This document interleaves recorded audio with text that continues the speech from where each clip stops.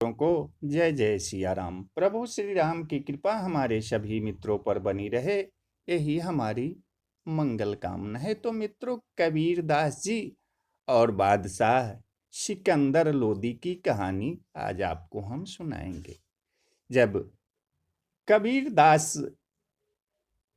की महिमा बढ़ने लगी, लोग उनको जानने लगे, लोग उनके शिष्य बनने लगे, तो ब्राह्मणों के हृदय में ईर्ष्या पैदा हो गई। उस समय भारत का तत्कालीन बादशाह सिकंदर लोदी काशी आया हुआ था।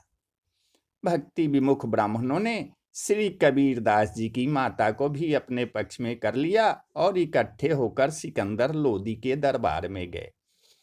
सबों ने पुकार की कि इस कबीर दास ने सारे गांव को दुखी कर रखी है। मुसलमान होकर हिंदू बाबाजी बन गया है और किसी धर्म को न मानकर ढोंग फैलाता रहता है। बादशाह ने तुरंत आज्ञा दे दी कि उसे अभी पकड़कर मेरे पास लाओ, मैं उसे देखूंगा कि वह कैसा मक्कार है। बादशाह की आज्ञा पाकर सिपाही लोग श्री कबीर दास जी को ले आए और बादशाह के सामने खड़ा कर दिया। तब किसी काजी ने श्री कबीर दास जी से कहा, ये बादशाह सलामत है, इन्हें सलाम करो। तो कबीर दास जी ने उत्तर दिया कि हम श्री राम के अतिरिक्त दूसरे किसी को सलाम करना जानते ही नहीं हैं। श्री कबीर दास जी की बातें सुनकर बादशाह ने इन्हें लोहे की जंजीरों से बांधकर गंगा जी के धारा में डुबा दिया, परंतु ये जीवित ही रहे। लोहे की जंजीर न जाने कहाँ गई। ये गंगा जी की धार से निकलकर तट पर खड़े हो गए। इसके पश्चात बादशाह की आज्ञा से बहुत सी लकड़ियों में इन्हें दबाकर आग लगा दी गई। उस समय एक नया आश्चर्य हुआ, सभी लकड़ियां जलकर भस्म हो गई और कबीर दास जी का शरीर चमकने लगा, जिसे देखकर तपे हुए सोने की चमक भी लज्जित हो जाए।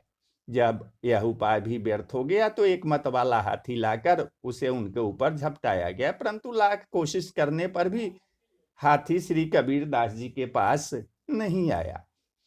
बड़ी जोर से चिघार कर वह दूर भाग जाता था। इनके समीप में हाथी न आने का कारण यह था कि स्वयं प्रभु श्री राम सिंह का रूप धारण करके श्री कबीर दास जी के आगे बैठे थे।